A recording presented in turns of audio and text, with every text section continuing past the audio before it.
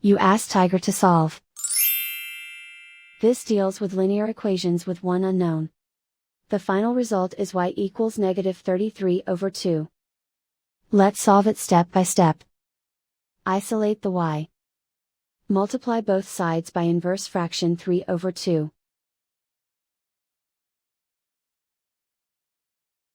Group like terms. Multiply the coefficients. Simplify the fraction. Multiply the fractions. Simplify the arithmetic. And so the final result is y equals -33/2.